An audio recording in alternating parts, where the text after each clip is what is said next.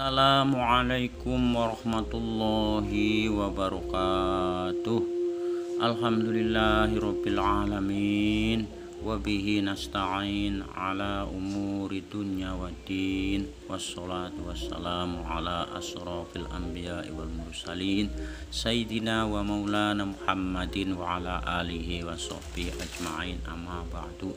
Puji lan syukur kehadirat Allah Subhanahu wa taala, sholawat senarang salam bika kacurahaken dumateng junjungan kita Nabi Agung Nabi Muhammad sallallahu alaihi wasallam, lan para keluargane, lan para sahabate, lan juga para pengikute, lan juga para kita kabeh ingkang wonten teng mriki yang ada di sini, semoga mendapat curahan rahmat Allah dan syafaat Kanjeng Rasulullah sallallahu alaihi wasallam.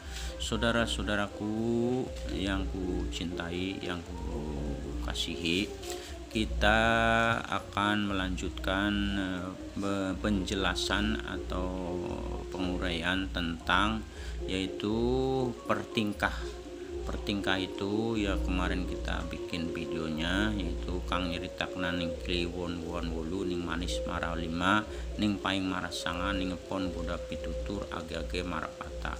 Kemarin ning kliwon sudah, ning kliwon ning manis sudah, ning paing sudah, tinggal ning ngepon goda pitutur. Para sedulurku dan saudara-saudaraku yang kukasihi, izinkan saya untuk menjabarkan tentang pon.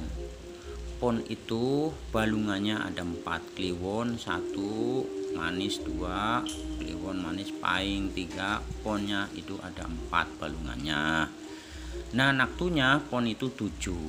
Jadi para sedulur dan saudara-saudaraku yang ku kasihi, pon itu artinya itu kata bahasa orang ininya mah itu kayak orang makan singkong pulen.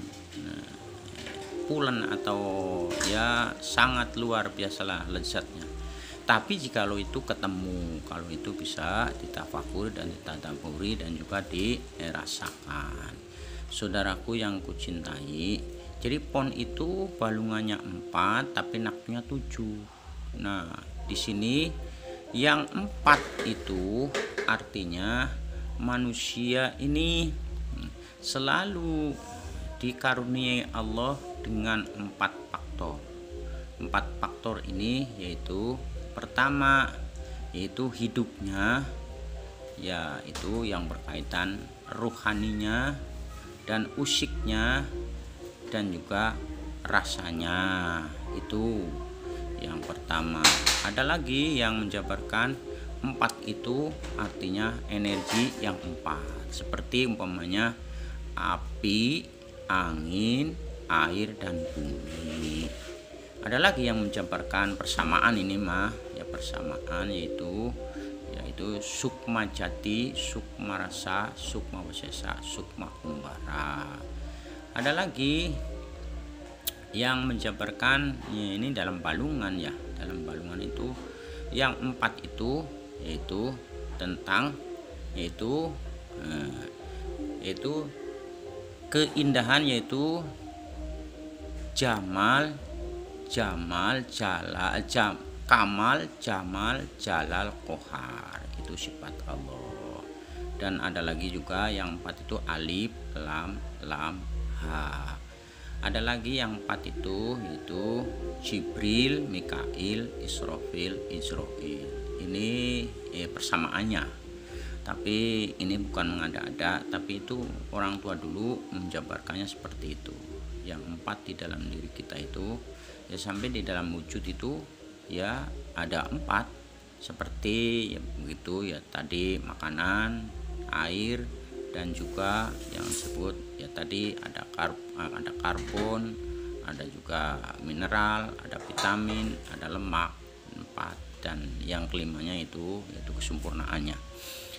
Nah, ini kita tidak panjang, tapi yang 7 itu yang ada di diri kita lagi ya, yaitu meliputi hari yang 7. Hari yang 7 ini seperti Sabtu, Minggu, Senin, Selasa, Rabu, Kamis, Jumat. hari 7. Nah, di dalam hari 7 itu kita terus meneliti, melihat di dalam kolbun atau sanubari, mengawasi yaitu gerak-gerik hati kita, rasa kita, juga sampai dalam jiwa kita, sampai nurani kita, juga usik kita, juga sampai dalam pikiran kita. Sehingga yang 7 itu meliputi alam 7, alam ahadiyat, wahdat, wahdiyat, alam misal, alam azam, alam insan kamil, mukamil. Sehingga itulah yang disebut alam 7. Tapi yang jelas mah begini, kata orang tua kita, yang 7 itu meliputi latoib yang 7. Latoib yang 7 itu yaitu satu, itu kita dibekali oleh Allah, ditanamkan di dalam jiwa kita, yaitu nafsu amarah. Yang kedua nafsu amarah lau amah. Yang ketiga nafsu mulhimah. Yang keempat nafsu mutmainah. Yang kelima nafsu rodiyah. Yang keenam nafsu mardiyah. Yang ketujuh nafsu kamilah. Nah, itu nafsu-nafsu itu yang kadang-kadang kita itu terjebak oleh, di dalam 7 hari ini terjebak mengikuti nafsu yang 7.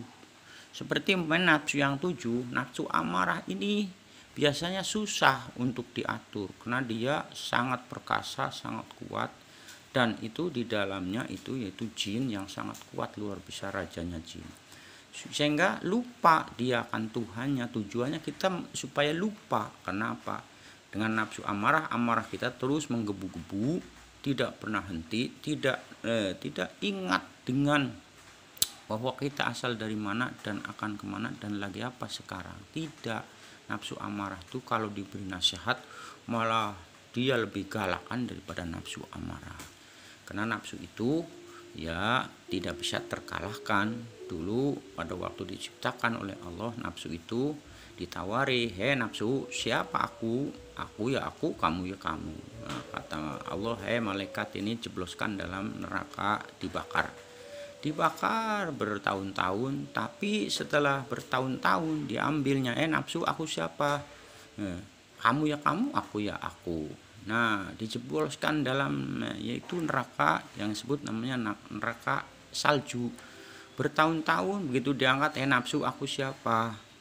Aku, kamu. Nah, terakhir malaikat, ini nafsu, jebloskan dalam itu neraka puasa, neraka rialat. Maka orang dulu pada senang tirakat. Maka begitu baru sehari nafsu sudah kelabakan, sudah nggak kuat, ya memanggil-manggil, "Tuhan, saya mohon keluarkan, jangan di sini, saya pengen makan, pengen minum, pengen bersahwat." Akhirnya, "Kamu benar mengakui?" "Iya, kamu Tuhan aku. Nah, saya kapok, nggak akan lagi melawan kamu." "Iya, sudah kalau begitu. Benar kan aku Tuhanmu?" "Iya." Nah, dari situ berarti karena nafsu amarah tidak bisa dikalahkan dengan apa-apa kecuali dengan kalimat dari Allah, la ilaha illallah. Tapi la ilaha illallah yang nyambung dengan Allah, artinya yang punya wasilah. Saudaraku yang kucintai, jadi artinya nafsu amarah bisa dilemahkan volumenya dengan puasa. Maka di dalam Islam ada yang disebut pintu puasa. Karena pintu puasa itu untuk sesungguhnya meninggal makan, meninggal minum, tapi meninggal syahwat. Tapi juga puasa itu menjinakkan atau mengekang atau mengalahkan hawa nafsu, yaitu nafsu amarah. Nah, yang kedua nafsu amarah lau amah. Lau amah ini memang sulit, tapi kadang-kadang ingat, tapi kadang-kadang juga tidak. Yang begini nafsu amarah tuh, jikalau kita ada yang lagi pagi kita pengen ibadah, pengen nyembah sama Allah, tapi begitu ada temannya datang, yulah kita bersukaria atau yang main-main yang lain, dia lupa. Nah, ini nafsu lau amah. Jadi lau amah ini ada separuh bisa ingat, ada separuh bisa tidak ingat, tapi belum bisa melaksanakan yang diperintah oleh Allah. Selanjutnya yang ketiga itu nafsu amarah, nafsu lau ama, amarah lau amut, amarah lau ama mulhimah. Nafsu mulhimah ini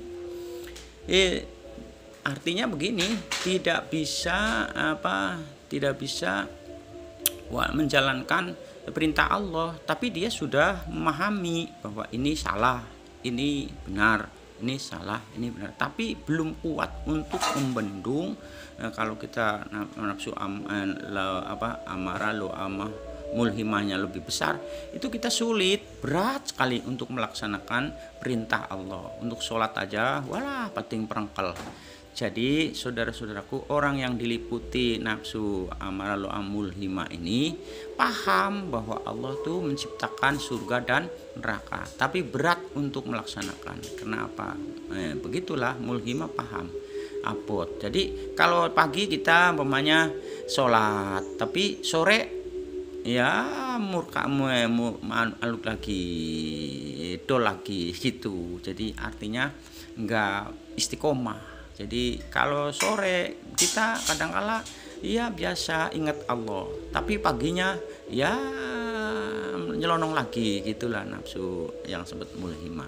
Jadi artinya masih kebawa ke sana, kebawa ke sini. Nah, itulah nafsu mulhimah. Apabila di diri kita ada yang demikian, yang 7 ini di dalam hitung pertingkah itu, maka dijabarkan, nah itu latoib yang 7. Nah, yang keempat itu amarah lo amah mulhimah mutmainah. Nah, nafsu mutmainah ini Allah tanamkan ke dalam jiwa manusia atau ke dalam diri manusia supaya manusia ini mendapat ketenangan, mendapat keingratan, mendapat kesungguhan, mendapat juga yang kelezatan gitulah. Cuman para sedulur, ini belum bisa dijamin oleh Allah itu masuk surganya Allah, karena baru dia menyadari hukum-hukum Allah itu benar, Allah adanya benar, Rasulullah itu benar, Quran itu benar. Nah, terus dalil-dalil yang lain, hadis, ijma, qiyas itu dibenarkan di dalam hati, di dalam pikiran. Tapi di sini belum bisa oleh Allah dijamin masuk surganya Allah. Jadi harus bagaimana? Kita lanjutkan kepada nafsu yang ke berapa? Amarah lo amah mulhimah mutmainah rodiyah. Rodiyah ini nafsu yang sangat luar biasa. Ya, artinya dia nafsu yang bisa beristiqomah dan dia menjalankan perintah Allah dengan tulus, dengan juga dengan apa adanya, dan dia gemar menjalankan sedekah, mengasihi yatim piatu dengan sesamanya, dan juga dia ridho akan perintah Allah, ridho akan Allah, ridho akan Rasulullah, dan ridho akan takdir yang diberikan oleh Allah. Nafsu rodiyah, sehingga dia sudah masuk ketenangan, tapi ketenangan yang memahami tentang karunia Allah, rahmat Allah, dan juga merasakan lezat hidup di dunia ini. Nah, yang keenam itu baru nafsu mardiyah. Nafsu mardiyah ini ya betul-betul nafsu yang betul-betul ikhlas, tidak ada titian siapa-apa. Kalau melakukan bukan karena siapa-siapa, tapi karena Allah semata. Itulah kita sangat sulit untuk melawan itu. Ningepon guda pitutur itu kata orang tua kita begitu, nafsumu yang kadangkala mencelakakanmu, yang nafsumu yang kadangkala kamu lawannya itu bukan senjata, bukan pedang, tapi lawannya yaitu lawan yang tidak nampak, yaitu nafsu-nafsu yang tadi. Nah, sehingga sedulur semua, karena kalau ini nafsu mardiyah ini melekat terus dipupuk, karena nafsu mardiyah itu bisa dia berkembang dan volumenya bisa besar karena dia dengan amal soleh dan keimanan. Itu dengan ketenangan jiwa.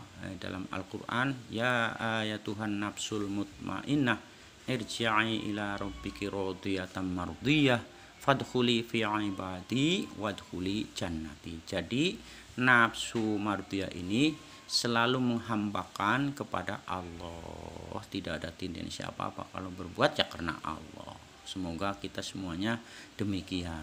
Nah, yang ketujuh ya ningpon goda pitutur pitu itu yang ketujuh itu yaitu nafsu kamilah. Nah, nafsu kamilah ini nafsunya para rasul junjungan kita semua. Itu nafsu yang sangat luar biasa, imannya juga iman maksum dan juga dijamin oleh Allah masuk surganya Allah. Tapi itu ada, tapi bagi kita makhluk lah sampai ke kita sampai ke rodiyah aja udah puncaknya para aulia lah itu. Jadi kita berharap pada teman-teman, ayo kita belajar terus. Tapi ada metodologinya untuk mendeteksi itu, namanya at-taqwa. Itu kalau nafsu amarah bisa dikalahkan dengan kalimat la ilaha illallah, dikir. Dan nafsu amarah amah dengan Allah, Allah, Allah, Allah di dalam qalbu. Tapi nafsu amarah mulhimah dengan Allah, Allah gitu. Tapi nah, nafsu mutmainah yaitu dengan ya hayu, ya hayu, ya hayu. Nah, mutmainah rodiyah dengan ya qayyum, ya qayyum, ya qayyum, rodiyah. Nah, mardiyah dengan ya Rahman, ya Rahman, ya Rahman. Nah, kamilah dengan ya Rohim, ya Rohim. Itulah kalimat at-taqwa yang kita amalkan. Semoga dengan penjelasan ini akan menambah tafakur kita, menambah juga wawasan kita, menambah juga untuk kita artinya untuk perbendaharaan. Kalau ada manfaatnya monggo sampean amalkan, tapi kalau tidak ada manfaatnya tolong kita mohon maaf lahir batin. Mumpung di dunia kita masih hidup bisa mengucapkan mohon maaf lahir batin. Dari saya billahi taufik wal hidayah. Wassalamualaikum warahmatullahi wabarakatuh.